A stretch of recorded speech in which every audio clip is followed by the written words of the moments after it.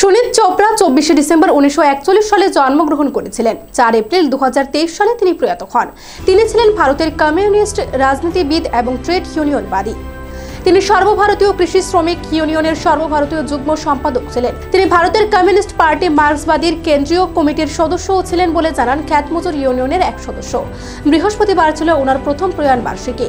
ওনার প্রথম প্রয়াণ দিবসে ত্রিপুরা খ্যাতমজুর ইউনিয়নের সদস্যরা ওনার প্রতি শ্রদ্ধা নিবেদন করে ছাত্র যুব ভবনে।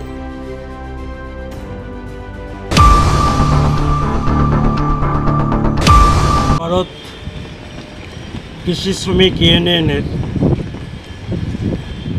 দীর্ঘ সময়ের যুগ্ম সম্পাদক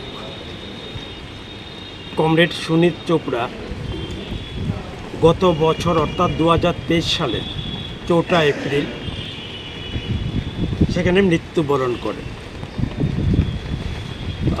24 ডিসেম্বর 1941 সালে অবিভক্ত ভারত অর্থাৎ পাকিস্তানের লাহোরে কমরেড সুনীত চোপড়া জন্মগ্রহণ করেন। পড়াশোনা দিল্লি মডার্ন স্কুলে, তারপরে স্কুল অফ কলম্বো এটাও দিল্লিতে, সেন্ট জেভিয়ার কলেজ কলকাতায়, তারপরে জওহরলাল নেহরু ইউনিভার্সিটি দিল্লি, তারপরে আফ্রিকান সেখানে ইউনিভার্সিটি লন্ডন, এর নানান আর বলা যায় বিশ্ববিদ্যালয়ে উনি পড়াশোনা এবং গবেষণার সঙ্গে যুক্ত ছিলেন। উনি ছিলেন ভারতের ছাত্র ফেডারেশনের ফাউন্ডার মেম্বার। ভারতে